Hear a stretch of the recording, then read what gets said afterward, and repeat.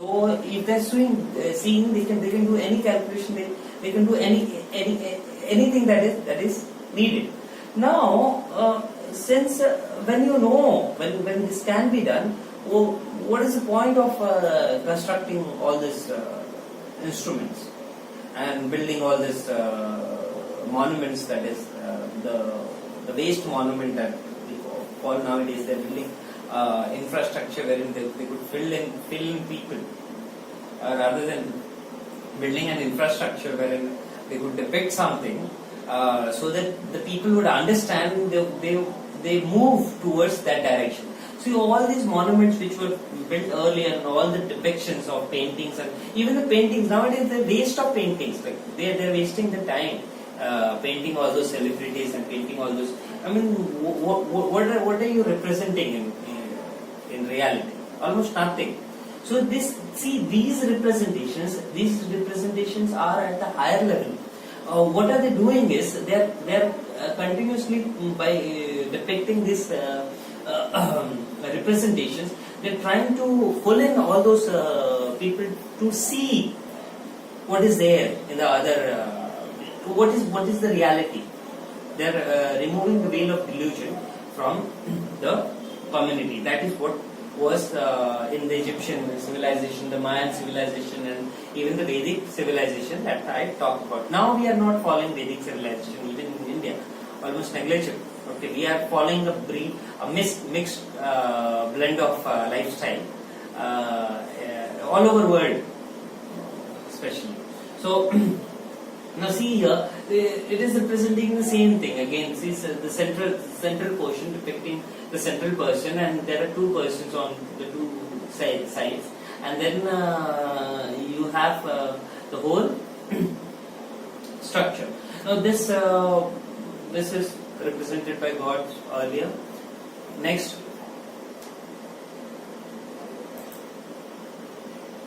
Okay. Here, see again that civilization, and you see if you would the Inca, the Egypt, that is that is against Shiva.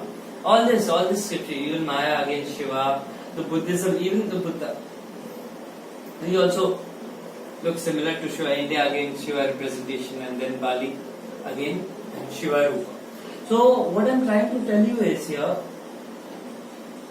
So see, it is just a depiction of different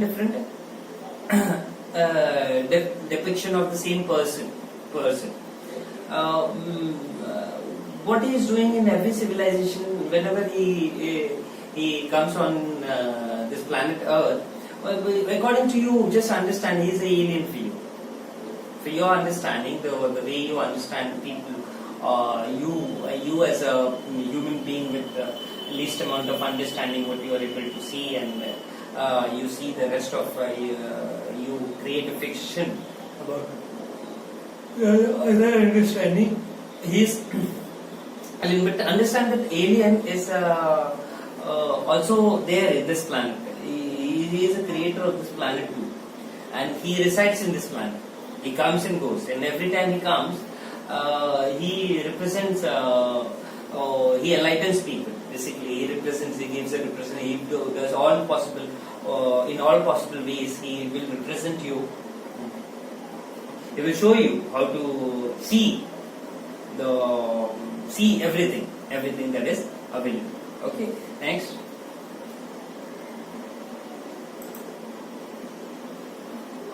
Here, it is called the Eye of Horus. It is Horus. Okay, so Eye of Horus.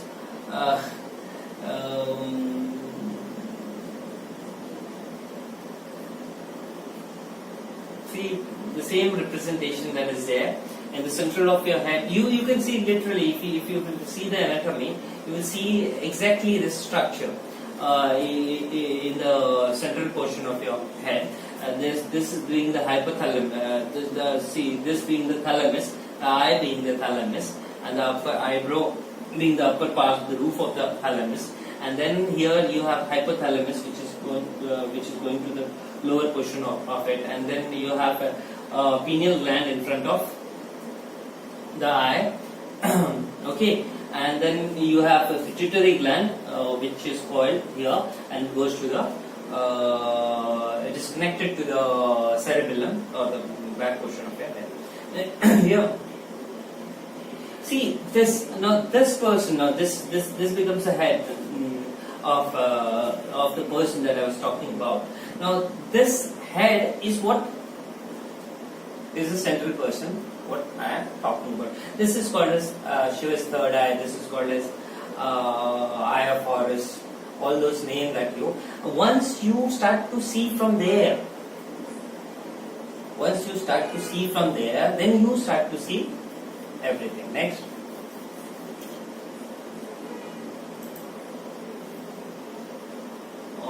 Here. Again here. See pine cone. See what again is the same representation. See this portion is your face and this is your head. Now what is depicted here is this is the forehead. Okay. Both the eyes. Okay. This is the mouth portion. This is the mouth portion. Okay. And then you have nose here, the central portion of the third eye, both the eyes, and then you have the crown, and inside the crown. See, in all this, even Shiva, you have seen that making the chakra and putting up his head, and even you see all the popes and all, they are putting huge crown, and in the ancient all the gods, see there again is putting a huge crown. So all these gods, why do they put the huge crown? See the people inside the head, they need space. As you grow up or as you get enlightened, there are more people start to get accumulated inside your head. So as you become the higher being, as you become more people get, and the head needs to accommodate all those people. And to accommodate those people, they put this crown, and in this crown, those people they get accommodated inside. So that is called as pine cone in Western civilization. This Vatican City, this statue is represented, and it is same as what is shown in the scriptures. Again, similar to that. Okay. Next. Here's the same thing. Again, the third eye being represented, called as eye of Horus. Rightly said. It is called as although the eye of Horus eyes, horses eyes, or Horus, yeah, eye of Horus. Correctly said. So this portion, the central portion, that is there, the thalamus, hypothalamus, the pineal gland right here, and then you have pituitary behind. So this representation, this is also there. Piche karo slide. See this. It is represented here. Now here you see the same person. What you see in the central of your head. It looks like next karo. Piche karo. What does it represent? Austrian deities, gods with the pine cone in their hands. Okay, so again here God. Now this is the central God coming out. Next karo. See, it is the same representation. Now this same God with its entire, so you could say that Brahmadan, if you are saying, so this central God, if he is outside, he is just removes, and if he is there, his entire representation is there in his head. That is how he will look. Okay.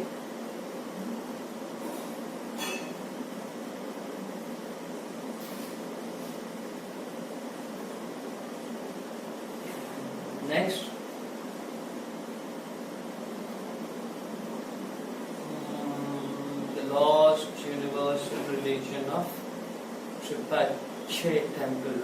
Okay. So here, see here what this the trident that is represented in almost all cultural and traditions. Here three pillars. The three pillars that you talk about. See everywhere you see that the entrance is with three pillar was the founding wisdom of all the secret societies. They're talking about secret societies here. Egyptian, Mexican and Cambodian, all those cultures, they have got a similar temples, right? Similar structures. What are these structures indicating? See, there are three: Ida, Pingla, and Sushumna. These are three nadis. Beautifully explained in Shiv Sahinta. These are that three major nadis becomes the major channel in which these higher beings resides, whom you call alien. Next. Again here, see, now here I will represent it more. Here, one side is called as masculine, solar, yang, and either feminine, lunar, yin. Now here, even when I was reading the Vedic scriptures, it is called, one side it is called as Mahakal and the other side is called as Hakini. Hakini is Devi and Mahakal is Deva. And so one side of your head is called as Mahakal, the other side of your head is called as Hakini. The goddess Hakini. Now here, this is what is represented as the Luna.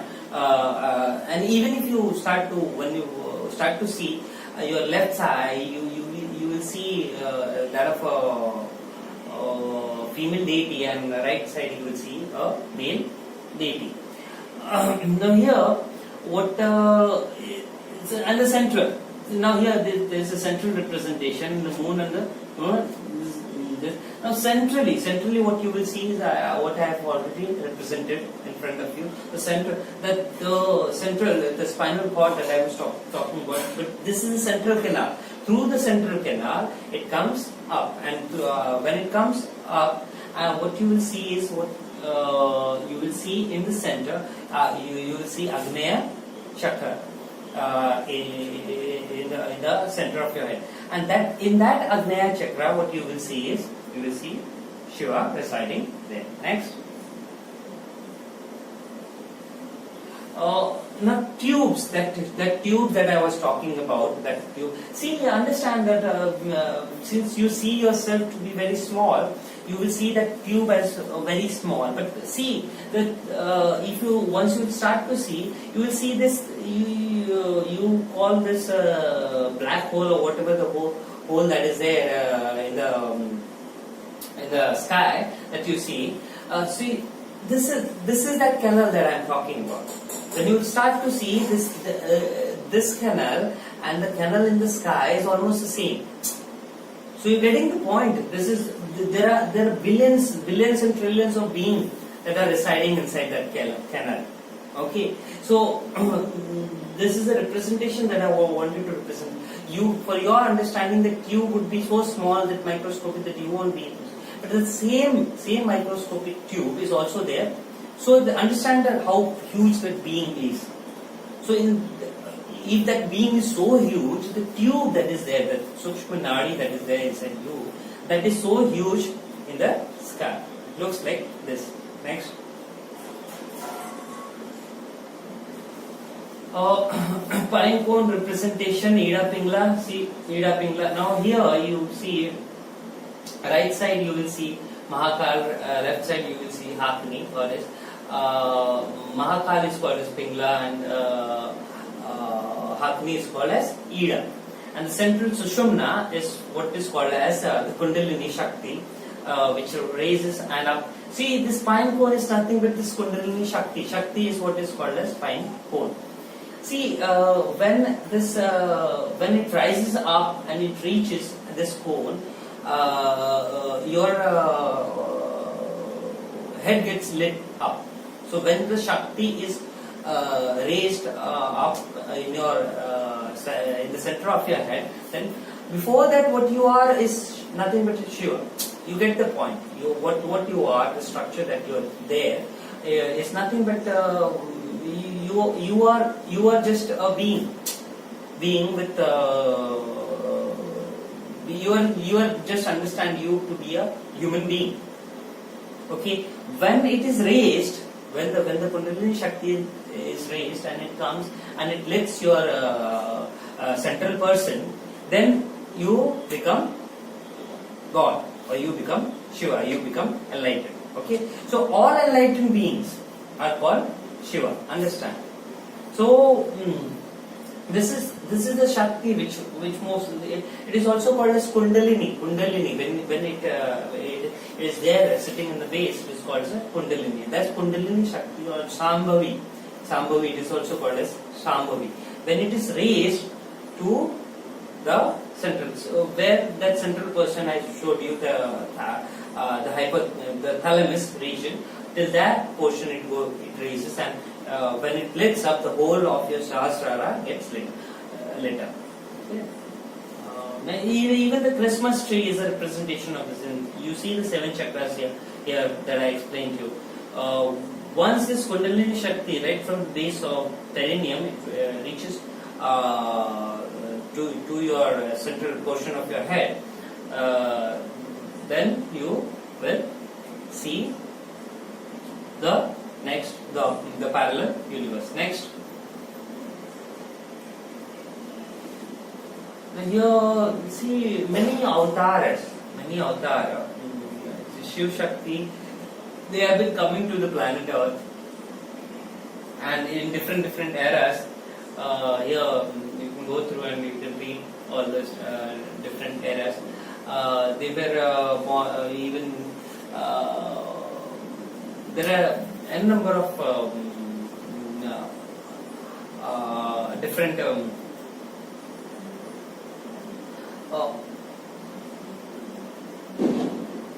there are a number of different structures or different. See, even here the goddess Nefertiti and the god Akhenaten. Akhenaten. They were also Shiva and Shakti, not someone else. Okay, so even in this, this is 19. This is 1300. Yeah, this is 1345. So BCE. Now here again there is a in the form of Nataraja. He is again coming, and then in the form, in different forms. Here in the form of Shiva, which is depicted in the form Batuk Bhairav in India, Uttarakhand. So what I'm trying to tell you is like he incarnates every time, and he comes, lives along with you. You call him king or whatever you want to call him. He remains as God, and he preaches you about God.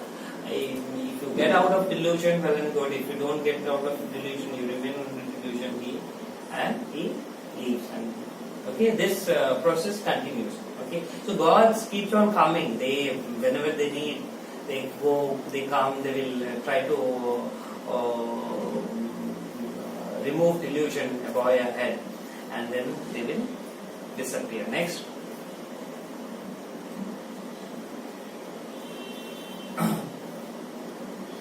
There are again some all ancient scriptures which represent. See ancient temples and this. See, they are built in the same. The pine cone which is represented in the Western civilization. See, Christianity. I have associated all this. All these religions are saying almost all the same thing. There's nothing. And even I have heard many. And it has been represented in many of the cases that even in Jerusalem there is a Shivling. So everywhere there is a Shivling. So in Vatican, Shivling. Jerusalem, Shivling. In Russia, again Shivling. So So everywhere you find Shivling is all present almost everywhere. So what I'm trying to tell you is like this is all the science which is represented by Shiva, and he's saying the same thing. In that Vivek, there is now not any other. Don't fight among with for religion and all this bullshit. Do whatever this. See, your religion is culture and tradition. Understand this aspect. All the differences. What it is, you get bored of one religion. See, so what this Shiva, what he does is like he will explain different. See, understand. The Vedic science was designed for all enlightened beings. So enlightened beings were communicating with each other in the Vedic science or Vedic literature that has been propounded. Now what was happening, like when you go to Jerusalem, there the people speak Hebrew.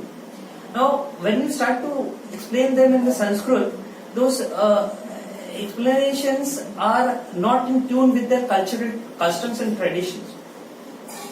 Okay, so to make them accustomed or to make them known to the God, what God will do, God will explain them in their own language.